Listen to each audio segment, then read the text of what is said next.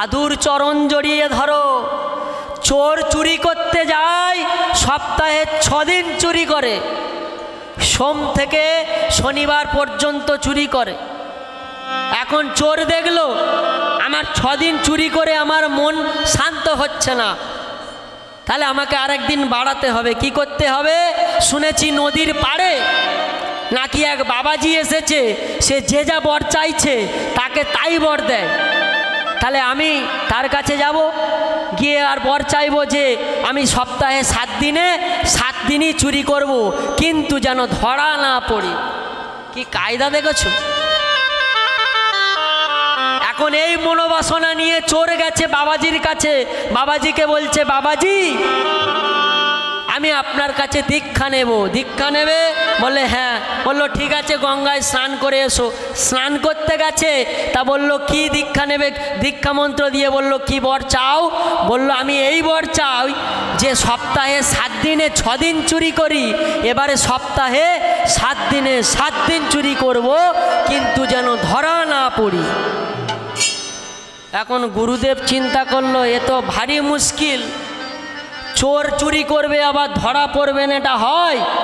তখন গুরুদেব বলছে ঠিক আছে, যা তোকে আশীর্বাদ দিলাম, সপ্তাহে 7 দিনে 7 দিন চুরি করবি, ধরা পড়বি না, কিন্তু একটা শর্ত আছে। শর্তটা কি? বলল সপ্তাহে যে 7 দিন চুরি করবি, চুরি করার সময় যদি ধরা পড়িস তোকে মিথ্যা কথা বলা যাবে না। মিথ্যা কথা বললে তুই ধরা পড়ে যাবি, আর সত্য কথা বললে তুই আর জীবনে কোনো দিন ধরা পড়বি না। গুরুদেবের কায়দা দেখেছো? এখন দীক্ষা নেওয়ার পরে আনন্দে যাচ্ছে, আনন্দে গাইতে গাইতে আজকে যাচ্ছে কোথায়? চুরি করবে বলে। চুরি করতে গেছে রাত্রিবেলা, চোররা তো আর দিনে চুরি করে না, রাত্রে চুরি করতে গেছে, একটা বড় রাজপ্রাসাদে চুরি করতে গেছে। এখন চুরি করতে যাবে তো যাবে, লাফ মেরেছে পাঁচিলের উপর থেকে, পড়বে তো পড়বে, কার গায়ে পড়েছে এখন কেউ জানে না। বলে কে তুই? এখন গুরুদেব বলেছে মিথ্যা কথা বলা যাবে না। এখন তাকে বলছে আমি চোর। এত রাত্রে কেন? বলল আমি চুরি করতে বেরিয়েছি। বলে চুরি করবি? বলল হ্যাঁ।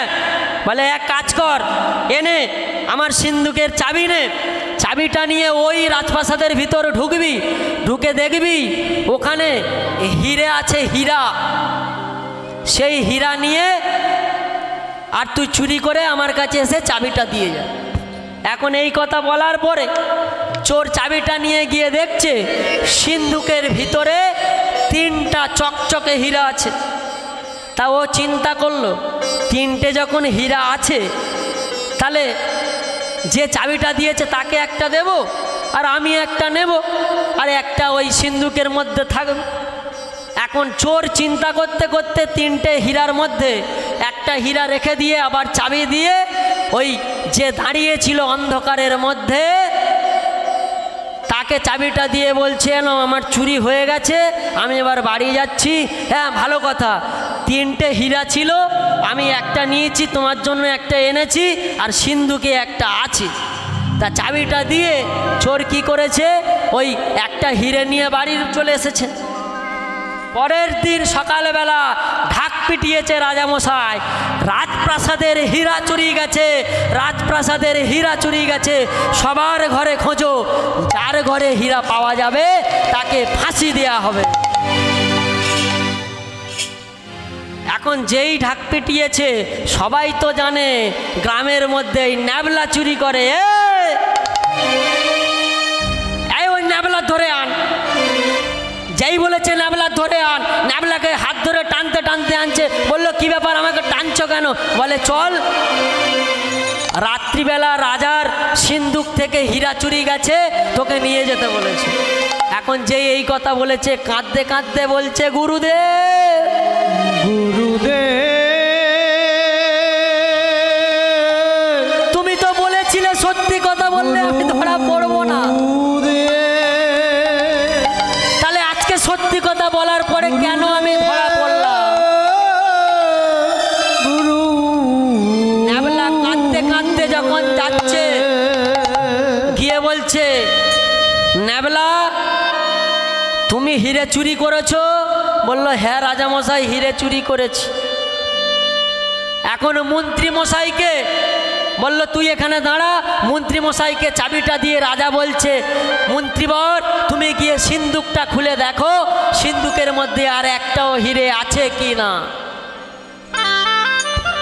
তাড়াতাড়ি করে মন্ত্রী গিয়ে দেখছে ওই সিন্দুকের মধ্যে একটা হিরে চকচক করছে। এখন মন্ত্রী কি করলো জানো?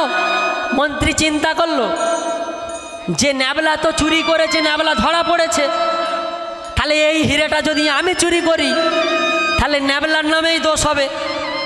তাইতে কি করলো, ওই যে একটা হিরে ছিল ওই হিরেটা নিয়ে মন্ত্রী মশাই নিজের পকেটের মধ্যে ঢুকিয়েছে। আবার সিন্ধুকে যেমন চাবি দেওয়া ছিল চাবিটা দিয়ে আর রাজামশাইয়ের কাছে এসে বলছে, রাজামশাই, রাজামশাই সিন্ধুকে আর একটাও হিরে নেই। বলল, নেবলা বলো সিন্ধুকে কটা হিরে ছিল? বলল, রাজামশাই সত্যি কথা বলছি, আমায় সাজা দেবেন না, সিন্ধুকে 3টে হিরে ছিল। তুমি কটা নিয়েছো? বলল, আমি একটা নিয়েছিলাম, আর কাল রাত্রিবেলা আমি যখন চুরি করতে আসি, আমি হিরে চুরি করতে আসার সময় ওই আপনার পাঁচিল থেকে যখন ঝাঁপ দিয়েছিলাম আমি একজনের গায়ে পড়েছিলাম, আমি জানি না সেই মানুষটা কে, সেই একটা হিরে তাকে দিয়েছিলাম, আর একটা হিরে আমার কাছে আছে রাজামশাই, আমি সত্যি কথা বলছি, 3টে হিরে আমি নেইনি, একটা হিরে সিন্ধুকে ছিল। তখন মন্ত্রী বলছে, রাজামশাই ও মিথ্যা কথা বলছে, ওকে বেত্রাঘাত করো, বেত্রাঘাত করলে ও সত্যি কথা বলবে, সমস্ত হিরেগুলো দিয়ে দেবে।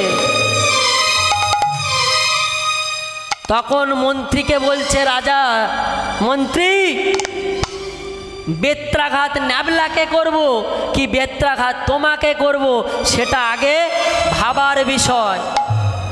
এখন যে এই কথা বলেছে না,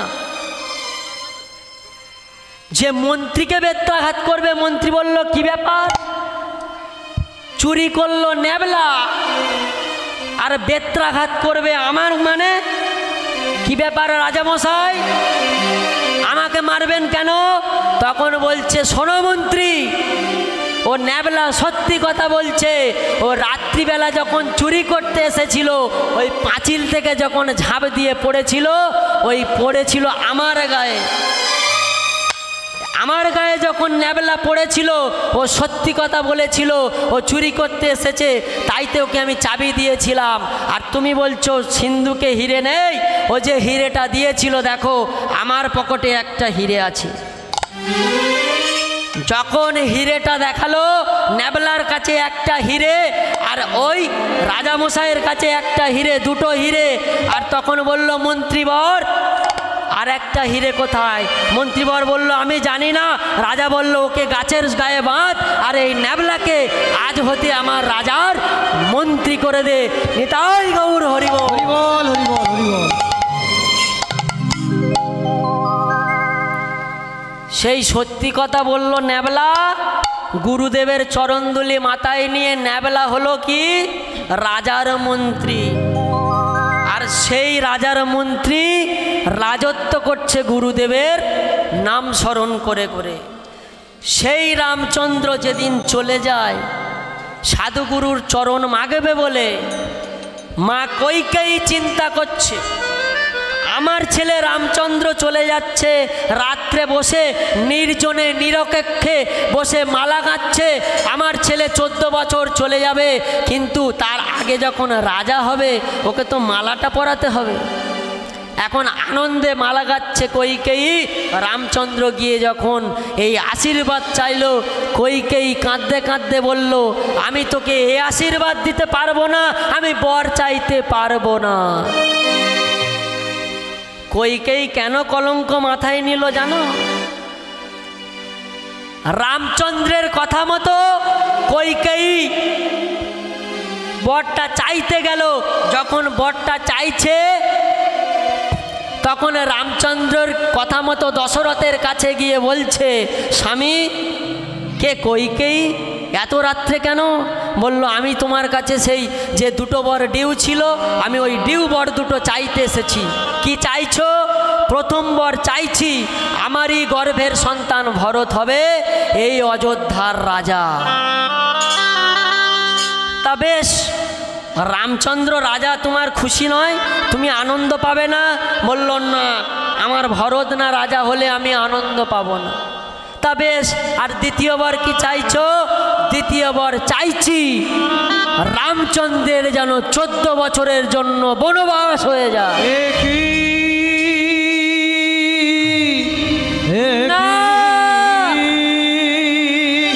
কইকেই তুমি এমন কথা বলো না, বলো না, বলো না।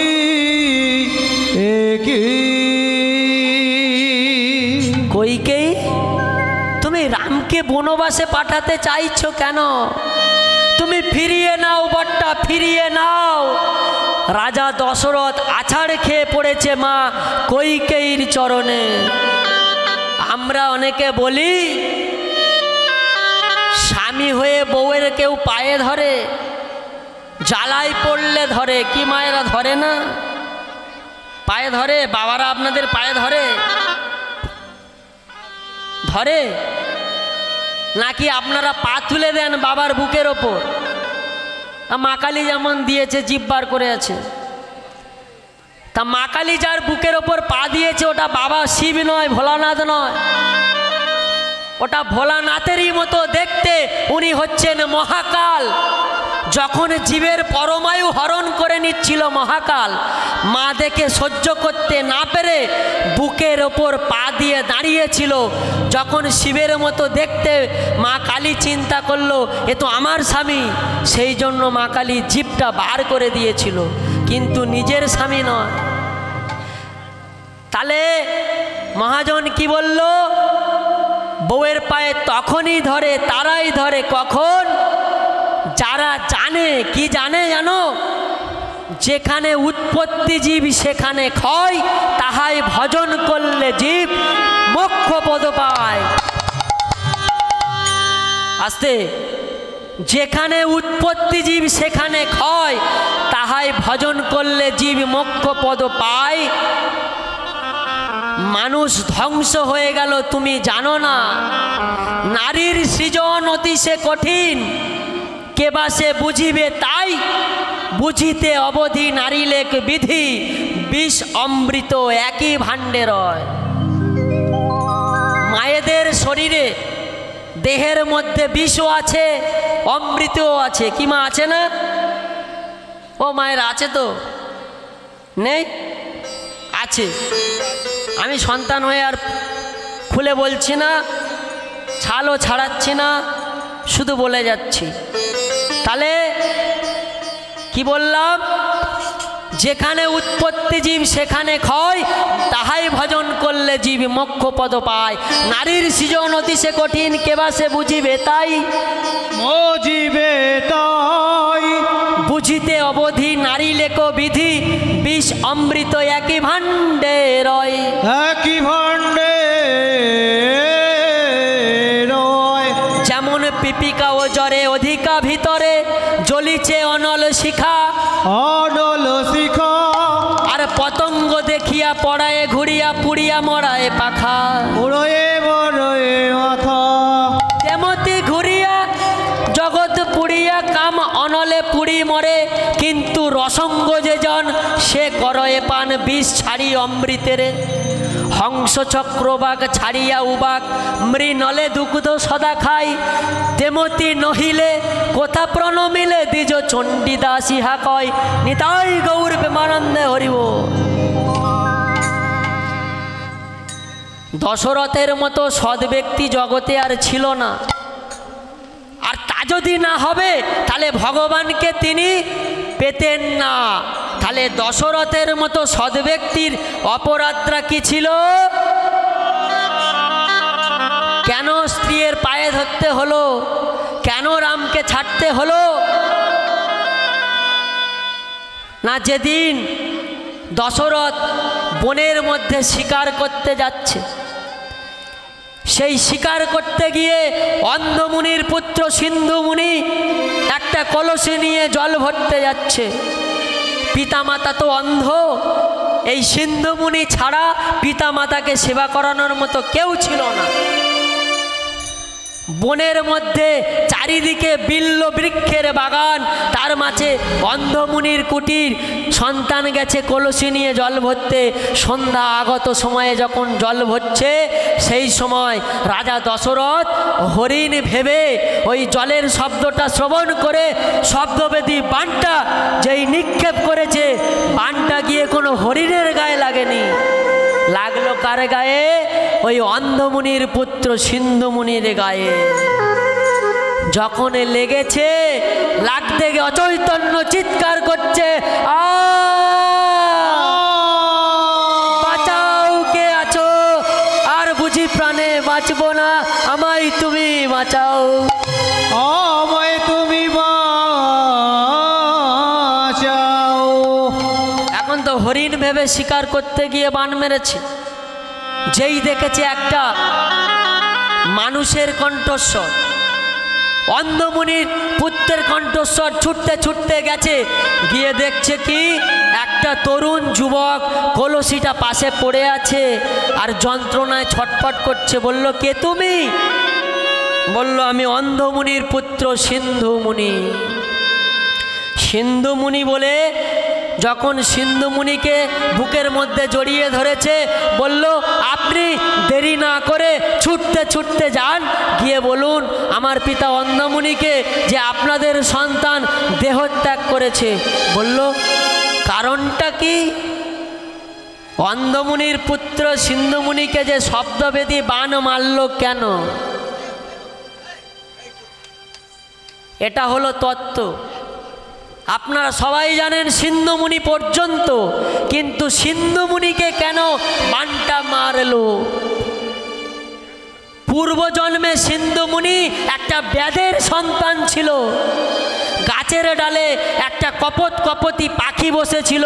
ওই ব্যাধের সন্তান কপত পাখিটাকে, স্বামী পাখিটাকে যখন মেরে দিয়েছে, ওই তীরবিদ্ধ অবস্থায় কপত পাখিটা ছটফট করতে করতে ওই ভূমির ওপর যখন পড়েছে, ওই গাছের ডাল থেকে কপতি পাখিটা দেখছে, একবার গাছের ডাল থেকে নিচে পড়ে আর একবার স্বামীর যন্ত্রণাটা দেখে আবার গাছের ডালে উঠে যায়। এই ওঠানামা করতে করতে ওই কপতি পাখিটা ব্যাধের ছেলেটাকে অভিশাপ দিয়ে বলল, শুনে রাখো ব্যাধ সন্তান, পৃথিবীতে যদি ভগবান থেকে থাকে, আমি সামান্য পাখি বলে আমাকে যেমন তীর মারলে, আমার স্বামীকে মারলে, আমার যন্ত্রণা যদি ভগবানের কাছে পৌঁছায়, তাহলে একদিন না একদিন তোমাকেও এইভাবে বিনা অন্যায়, বিনা দোষে, বিনা কারণে তীরবিদ্ধ হয়ে প্রাণ হারাতে হতে হবে।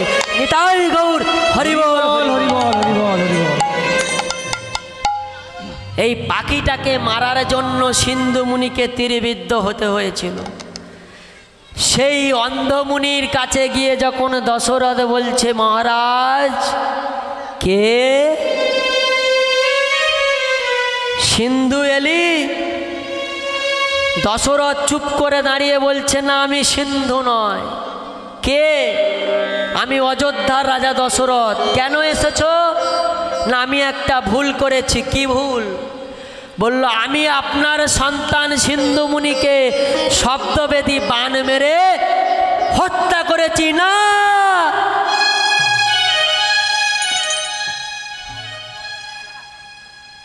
ও কথা বলো না। সিন্ধুমুনি কাঁদতে কাঁদতে বলছে, ও কথা বলো না, বলো না, বলো না। কেন? আমরা স্বামী স্ত্রী দুজনেই অন্ধ। সন্তান ছাড়া আমাদের এই পৃথিবীতে খাওয়ানো, পরানো, এমনকি পিপাসার জলটুকু এনে দেওয়ার মতো কেউ ছিল না। আজ পুত্র যখন মারা গেছে, আমরা তো আর বাঁচবো না। আমরা না খেতে পেয়ে স্বামী স্ত্রী মারা যাব। তবে শুনে রাখো, তুমি যেই হও না কেন, হও না তুমি রাজা, হও না তুমি প্রজা, তোমাকে অভিশাপ দিই। যেমন আজকে পুত্র হারা হয়ে আমরা প্রাণ হারাচ্ছি, যদি পৃথিবীতে ভগবান থাকে, একদিন তোমাকেও পুত্র হারা হয়ে প্রাণ হারাতে হতে হবে। যেই অভিশাপ দিল রাজা দশরথ আনন্দে হাসছিল। কেন জানো? ও মায়েরা, অভিশাপ দিলে কেউ হাসে? অভিশাপ দিলে কেউ হাসে? হাসে? আস্তে। অভিশাপ দিলে কেউ হাসে না। কিন্তু দশরথ কেন হেসেছিল জানো? দশরথ বলল, মুনিবর, আপনি যে অভিশাপটা দিলেন সে অভিশাপ কোনোদিনও কার্যফলিত হবার নয়। কেন নয়? না, আমার তো কোনো সন্তানই নেই। তাহলে আমি কেন সন্তান হারা হয়ে কেন প্রাণ হারাবো? তখন অন্ধমুনি বলেছিল, শুনে রাখো দশরথ, বৈষ্ণব বাক্য কোনোদিনও মিথ্যা হবার নয়, সাধুগুরু বৈষ্ণবের বাক্য কোনোদিনও লঙ্ঘন হবার নয়, হবার নয়, হবার নয়। কি হবে? আমার অভিশাপ কার্যফলিত হবে। কিভাবে হবে? বলল, শোনো, যদি তোমার সন্তান নাও থাকে, তোমার সন্তান হবেই হবে। কি করে হয়েছিল জানো? ওই অন্ধমুনি আশ্রমে বিল্ল বৃক্ষের বাগান থেকে, যার আরেক নাম হলো শ্রীফল বৃক্ষ। ও মায়েরা, বুঝতে পারছেন কি বলছি? বেল চেনেন তো? বেল, ওই বেলের ভালো নাম হচ্ছে শ্রীফল বা বিল্ল বৃক্ষ। ওই শ্রীফল নিয়ে অন্ধমুনি ওই দশরথের হাতে দিয়ে বলেছিল, তুমি একটা পুত্রেষ্টি যজ্ঞ করবে, আর এই যজ্ঞের মধ্যে এই বিল্ল বৃক্ষটাকে নিক্ষেপ করে দেবে, আমার আশীর্বাদে তোমার সন্তান হবে। ঠিক, কিন্তু সেই সন্তানের শোকে তোমার প্রাণ হারাতে হতে হবে। প্রেম সে বলো নিতাই গৌর হরি। হরি বল, হরি বল। রামচন্দ্রের মা একজন ছিল না।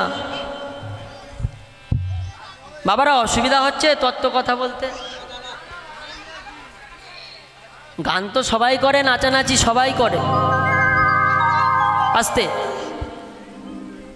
তাহলে কি হলো না, সন্তানও হবে, সন্তান হারা হয়ে প্রাণ হারাতে হতে হবে। কি করে হবে? যখন রামচন্দ্রের রাজত্ব হবে, কইকেয়ী বরটা চাওয়ার পরে যখন বলল, যে ছেলের মাথায় সোনার মুকুট পরার কথা, সে ছেলে সকালবেলা কাঁটার মুকুট পরে গাছের ছাল গায়ে পরে আর কাঙালের মতো দাঁড়িয়েছিল অযোধ্যা নগরে।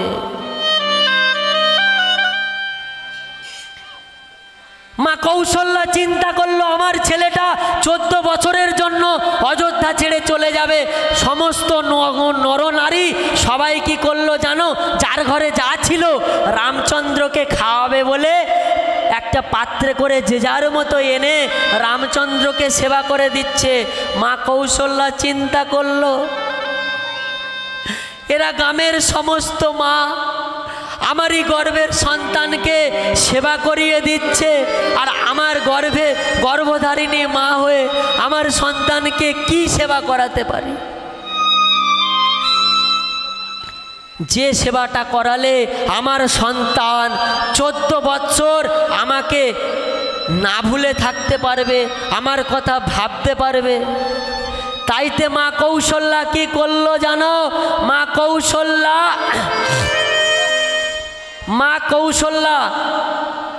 আস্তে আস্তে আস্তে আসছি। আচ্ছা, একবার ওনার বাসনাটা একটু পূর্ণ করে দিই। আসো বাবা, আসো, আস্তে। ঠিক আছে। নিতাই গৌর প্রেমানন্দে হরি বল, হরি বল। রাধে রাধে জপা করো, জপা করো, কৃষ্ণ নাম রস পিয়া করো। রাধে রাধে মায়েরা উলুধ্বনি, উলুধ্বনি জোর সে নিতাই গৌর নামে রস ক্রিয়া করো। রাধে রাধে জপা করো, কৃষ্ণ নাম রস পিয়া করো। ও রাধে রাধে জপা করো, কৃষ্ণ নামে রস ক্রিয়া করো।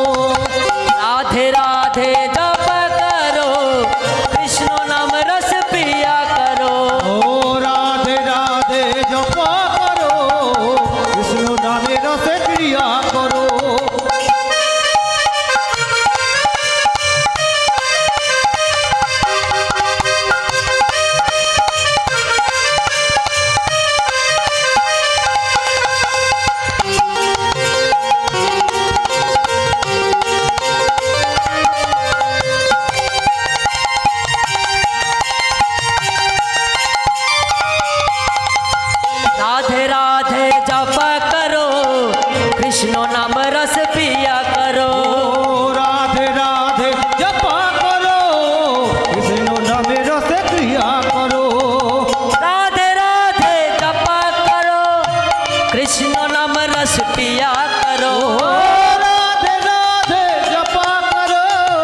কৃষ্ণ নামে রস ক্রিয়া করো राधे राधे जपा करो कृष्ण नाम रस पिया करो রাধে রাধে জপা করো কৃষ্ণ নামে রস প্রিয় করো राधे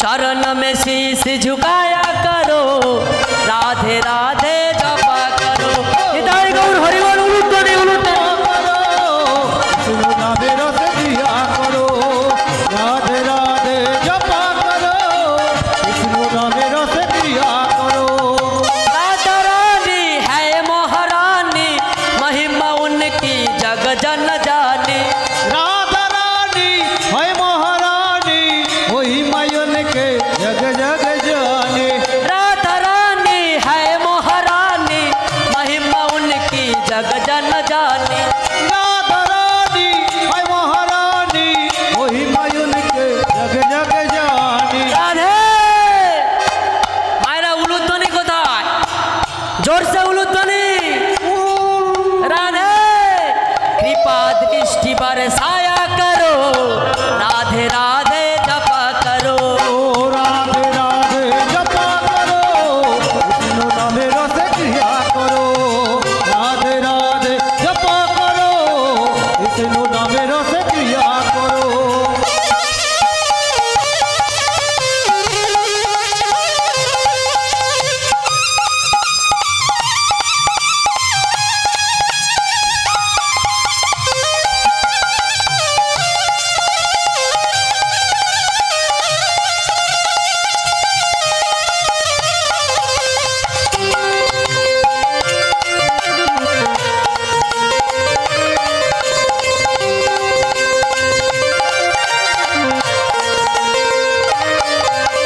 राधे राधे राधे राधे राधे राधे बोल राधे राधे राधे राधे राधे राधे बोल बोल राधे राधे राधे राधे राधे राधे बोल राधे राधे राधे राधे राधे राधे बोल राधे राधे राधे राधे राधे राधे बोल राधे राधे राधे राधे राधे राधे बोल बोल राधे राधे बोल जय राधे राधे बोल राधे राधे बोल जय राधे राधे बोल राधे राधे राधे राधे राधे राधे बोल राधे राधे राधे राधे राधे राधे बोल राधे राधे राधे राधे राधे राधे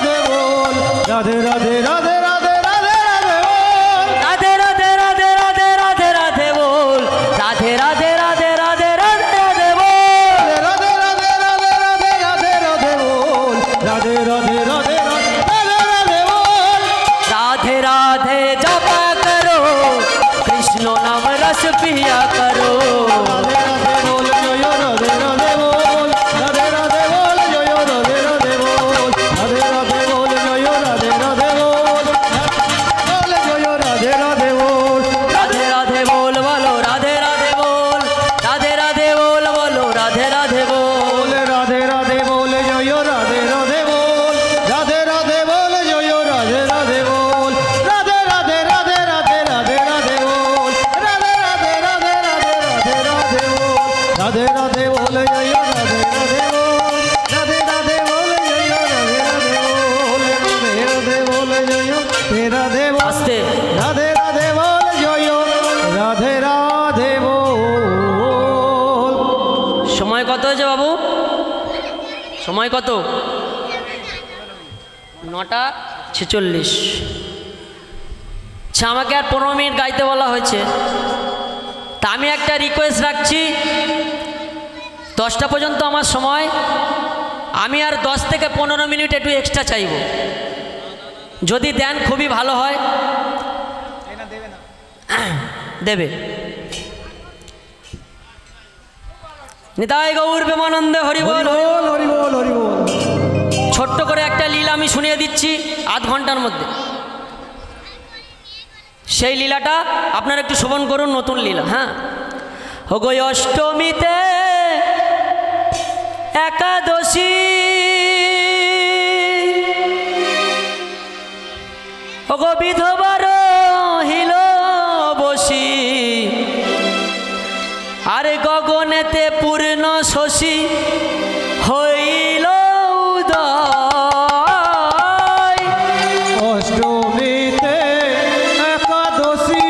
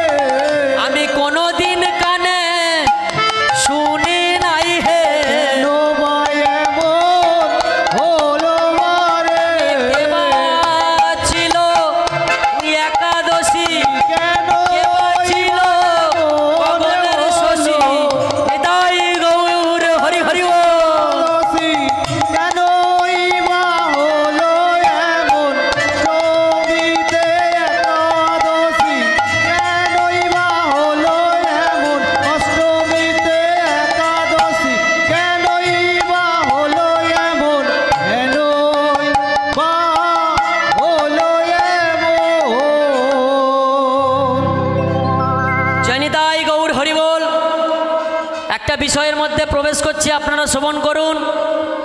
অষ্টমীতে একাদশী বিধবা রহিল বসি, গগনেতে পূর্ণ শশী হইল উদয়। মায়ের একাদশী করেন তো? হ্যাঁ, আমাদের উত্তরবাগীতে সবাই করে, কিন্তু একটু গন্ডগোল আছে, তবুও বলি, না বলে তো পারি না। একাদশী কাকে বলে একটু শুনুন, ছোট্ট ছোট্ট করে বলে যাই। চক্ষু, কর্ণ, নাসিকা, জিহ্বা, ত্বক, এই পঞ্চ জ্ঞানেন্দ্রিয়, বাক, পানি, পদ, বায়ু, উপস্থ, এই পঞ্চ জ্ঞানেন্দ্রিয় আর পঞ্চ কর্মেন্দ্রিয়, তাই তো? তাহলে 10টা ইন্দ্রিয়, আরও একটা ইন্দ্রিয় আছে যেটাকে চোখে দেখা যায় না, তার নাম হলো মন। এই মন ব্যক্তি 10টা ইন্দ্রিয়কে চালনা করে যায়। এই 10টা আর একে হলো কি? একাদশী, মানে 11টা। এই একাদশ ইন্দ্রিয়কে সংযত করে যে ব্রত উদযাপন করেন আপনারা, তাকেই মহাজন বিচার করে একাদশী বলে। নিতাই গৌর হরিবল। হরিবল হরিবল হরিবল। এটা কিন্তু একাদশী। যদি কেউ একাদশী করো তাহলে সেটা একাদশী হবে না। একাদশী করতে গেলে নির্জলা উপবাস করতে হয়। একাদশী কোনো সেবা চলে না, জল পর্যন্ত সেবা করা যাবে না। তাই তো মায়েরা যারা করেন জানেন তো, একাদশীর কৃপা পেতে হলে নির্জলা উপবাস করতে হয়। কতগুলো একাদশী আছে? 12 মাসে 25টা। 12 মাসে 25টা একাদশী হয়।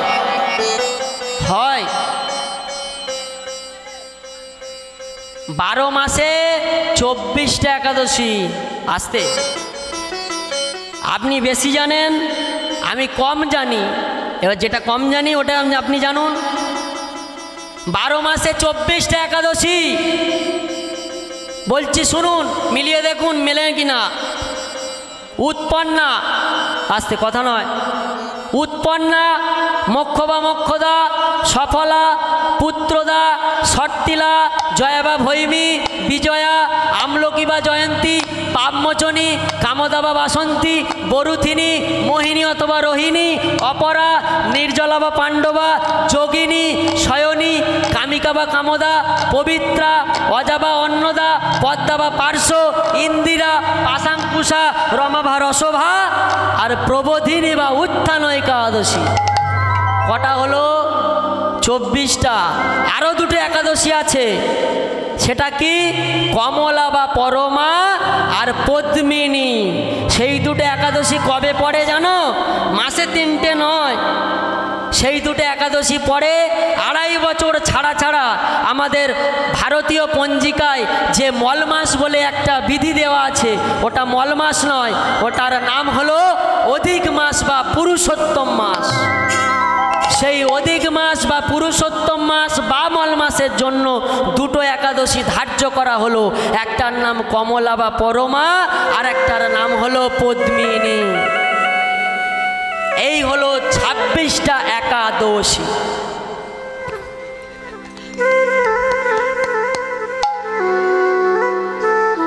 একটা ওষুধ বারবার খেলে রোগ সারাচ্ছে, রোগ আরো বেড়ে যাবে।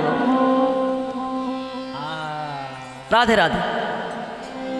তাহলে এই হলো একাদশী। এইবার সেই একাদশী করেছিল কে? একাদশী করার মতো করেছিল মহারাজ অম্বরীশ। মহারাজ অম্বরীশ, যার কন্যা শ্রীমতীকে ভগবান নারায়ণ চুরি করে বিয়ে করেছিল বলে নারদ অভিশাপ দিয়েছিল যে, শোনো ভগবান, তুমি যেমন আমার মনোবাসনা পূর্ণ করতে দিলে না, যেমন তুমি এ যুগে সত্য যুগে যেমন তুমি আমার বউ চুরি করলে, আমিও অভিশাপ দিই, যুগে যুগে তোমার বউ চুরি হবে। নিতাই গৌর হরিবল হরিবল হরিবল। আজকে সেই একাদশী করে পারণ সেবা করতে যাচ্ছে মহারাজ অম্বরীশ। এমতো সময় দুর্বাসা ঋষি গিয়েছে পরীক্ষা করবে বলে যে মহারাজ অম্বরীশ কত বড় ভক্ত। এখন পারণ করতে যাবে, স্নান করতে যাবে। অম্বরীশকে গিয়ে বলছে দুর্বাসা তুমি আমাকে সেবা দেবে? বলল হ্যাঁ সেবা দিতে পারি। বলল ঠিক আছে সেবা দাও। বলল একটু অপেক্ষা করো, সময় হয়ে গেছে পারণ সেবা করে তবেই সেবা দেব। এখন স্নান করতে গেছে, গাছের আড়ালে দুর্বাসা লুকিয়ে আছে। কেন না ওর পারণটা যাতে ভেঙে দেওয়া যায়, এই ভাঙার জন্য যখন লুকিয়েছে। উনি স্নান করে এসে দেখলো দুর্বাসা তো আর নেই। এখন সেবা দেবে কি করে? উনি তাড়াতাড়ি করে পারণের সেবা, সময় চলে যাচ্ছে। তাইতে কি করলো জানো? উনি কাঁদছিল। এখন কাঁদতে কাঁদতে যখন দুর্বাসা বলল আমি এসেছি সেবা দাও, বলল আমি তো পারণ আগে করে তারপরে সেবা দেবো, তুমি আগে এলে না কেন? বলল এক কাজ করো, সেবা না দিলে আমি অভিশাপ দেব। যখন বলল অভিশাপ দেব, তখন অম্বরীশ ভগবানকে কাঁদতে কাঁদতে বলছে হে গিরিধারী তুমি বাকে বিহারী, ওগো ভক্তের ডাকে সাড়া দাও, আরে না প্রভু ঘুমাও। হে গিরিধারী নিতাই গৌর হরি বল। বাকে বিহারী ভক্তের ডাকে সাড়া দাও, আরে না প্রভু ঘুমাও। হে গিরিধারী তুমি বাকে বিহারী, ভক্তের ডাকে সাড়া দাও, আর না প্রভু ঘুমাও। হে গিরিধারী তুমি বাকে বিহারী ভক্তের ডাকে সাড়া দাও, আরে না প্রভু ঘুমাও। আমি নয়নের জলে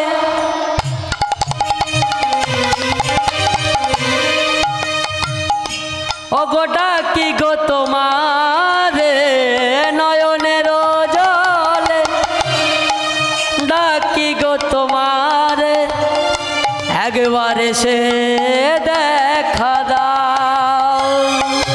আমি নয়নেরই জলে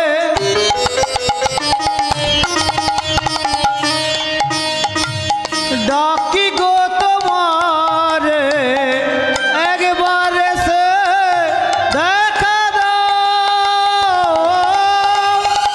হে গিরিধারী বাকে বিহারী, ভক্তের ডাকে সাড়া দাও, আরে না প্রভু ঘুমাও। আরে না প্রভু ঘুমাও। নারায়ণ হে নারায়ণ, কৃপা করে একবার দাও দর্শন। নারায়ণ নিতাই গৌর হরি বল। হে নারায়ণ ভক্তের ডাকে সাড়া দাও।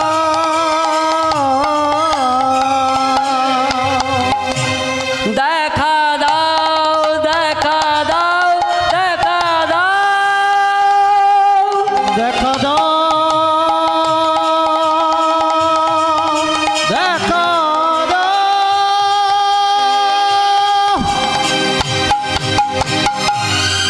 দেখা দাও। আজকে সেই নারায়ণের কথা মতো নারায়ণ এলো ভগবান ভক্তের কাছে। ভক্তের কাছে এসে সুদর্শন চক্র দিয়ে যখন দুর্বাসাকে মারতে গেল, ওই দুর্বাসাকে মারতে যাওয়ার সময় তখন বলল আমার ভক্তকে আঘাত দিয়ে দিয়ে তুমি বৈষ্ণব হতে পারবে না।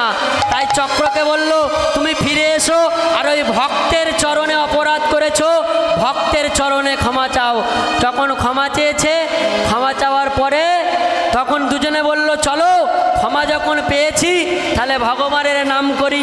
শ্রী রাধে গোবিন্দ, রাধে গোবিন্দ, রাধে গোবিন্দ শ্যাম নন্দন